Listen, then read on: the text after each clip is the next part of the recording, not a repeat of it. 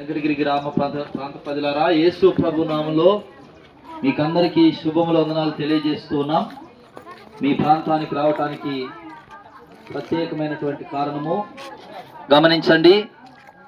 మానవులైనటువంటి మనందరి పాపముల నిమిత్తమై 2000 సంవత్సరాల క్రితం ప్రభు అయిన యేసుక్రీస్తు పరలోకము నుంచి ఈ లోకానికి వచ్చి మరణించి సమాధి చేయబడి తిరిగి లేచి ఉండగా మనమందరము యేసునందు విశ్వాసం ఉంచి శాశ్వతమైన పరలోకం కొరకు సిద్ధపడాలని ప్రభు పేరట మీకు మనవి చేస్తూ ఉన్నాం.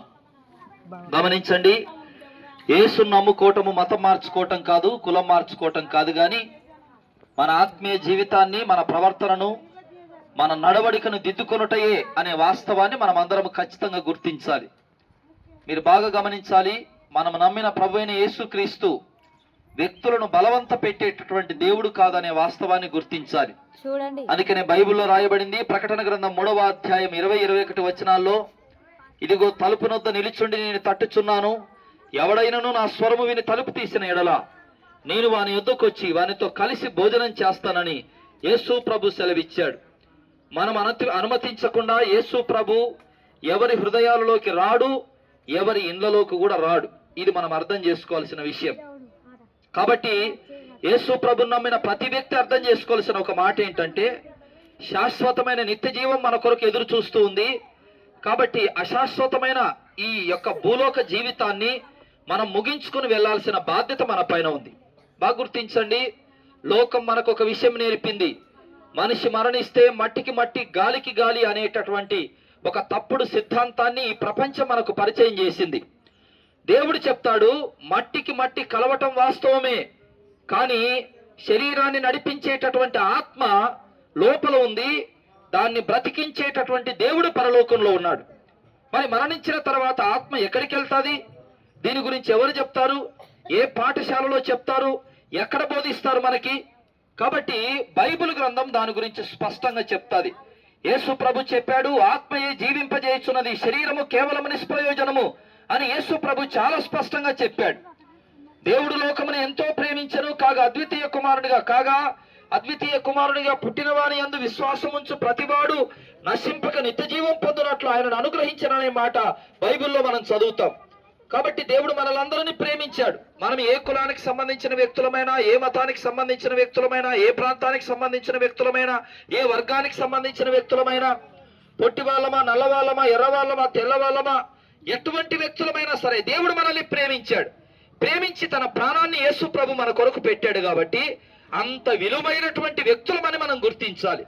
యేసు ప్రభు పరిశుద్ధుడైనటువంటి దేవుడు, ఆ దేవుడు ప్రాణం పెట్టగలిగినటువంటి గొప్ప వ్యక్తులమనే వాస్తవాన్ని మనం ఈ ప్రపంచంలో గుర్తించాలి. అంతగా దేవుడు మనల్ని ప్రేమించాడు. ఈ ప్రపంచంలో మానవుల ప్రేమ తాత్కాలికమైంది. పరిస్థితులు కల్పిస్తేనే మనుషులు మనల్ని ప్రేమిస్తారు. ఒక భర్త భార్యను చూసుకుంటే భార్య ప్రేమిస్తుంది. ఒక భార్య భర్తను చూసుకుంటే భార్య ప్రేమిస్తుంది. లోకంలో పిల్లలైనా సరే, ఎవరైనా సరే, మనం పరిస్థితులు కల్పిస్తేనే వారు మనల్ని ప్రేమిస్తారు. కానీ శాశ్వతమైన ప్రేమ, నిత్యము నిలిచి ఉండే ప్రేమ, పరలోకానికి నడిపించే ప్రేమ ప్రభు అయిన యేసుక్రీస్తు ప్రభు యొక్క ప్రేమ. కాబట్టి యేసును మనం విడిచిపెట్టకుండా జీవించాల్సిన బాధ్యత మన పైన ఉంది. అందుకనే బైబిల్లో దేవుడు చెప్పాడు, యేసు ప్రభు చెప్పిన మాట లూకా సువార్త 9వ అధ్యాయం 62వ వచనములో గమనించండి ప్రియులారా, నాగటి పైన చేయి పెట్టి వెనక తట్టు చూచువాడెవడును నా రాజ్యమునకు పాత్రుడు కాడని యేసు ప్రభు స్పష్టం చేశాడు. కాబట్టి యేసు ప్రభులోకి వచ్చిన ప్రతి వ్యక్తి నష్టపోయేది ఉండదనే విషయాన్ని దయచేసి గుర్తించండి.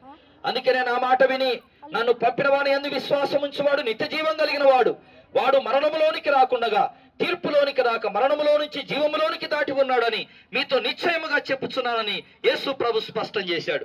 కాబట్టి ఈ మాటలను విన్న తర్వాత మనల్ని మనం పరీక్ష చేసుకొని శాశ్వతుడైన ప్రభు అయిన యేసుక్రీస్తుతో సత్సంబంధం కలిగి నిత్య రాజ్యానికి మనమందరము కూడా వారసులమై ముందుకు సాగుదాము గాక. ఆమేన్. తలలు వంచి కళ్ళు మూసుకోండి, ప్రార్థన చేసుకుందాం.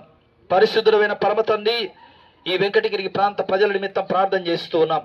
ఈ ప్రాంత ప్రజలను దీవించండి, ఆశీర్వదించండి.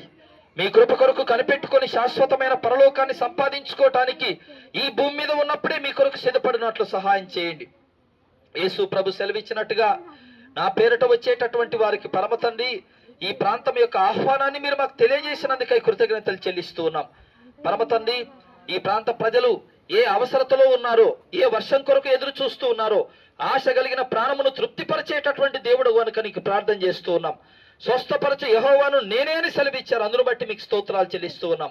ఈ ప్రాంత ప్రజలను దీవించి ఆశీర్వదించి ముందుకు నడిపించండి. చదువుతున్న పిల్లలకు మంచి జ్ఞానమును ప్రసాదించండి. ప్రజలు పంట పొలాల కొరకు ఎదురు చూస్తూ ఉన్నారు నాయన, వర్షం కొరకు ఎదురు చూస్తూ ఉన్నారు. మంచి వర్షాన్ని ఈ ప్రాంత ప్రజలకు అనుగ్రహించండి. ప్రాంత ప్రజలందరూ ఆయురారోగ్యాలతో సుఖ సంతోషాలతో శాశ్వతమైన పరలోకం వైపు, యేసు ప్రభు వైపు అడుగులు వేయనట్లు సహాయం చేయమని మమ్మల్ని మేము తగ్గించుకుంటూ మీ ఘనమైన నామాన్ని హెచ్చిస్తూ ఈ ప్రాంతాన్ని మీ స్వహస్తాలకు అప్పచెప్తూ మీరే కనికరించి దీవించి ఆశీర్వదించి భద్రతను, క్షేమాన్ని, ఆరోగ్యాన్ని ఇచ్చి ముందుకు నడిపించమని లోకరక్షకుడైన యేసునాథుని పేరట ఈ ప్రార్థనను సమర్పించి వేడుకొనుచున్నాం తండ్రి. ఆమేన్.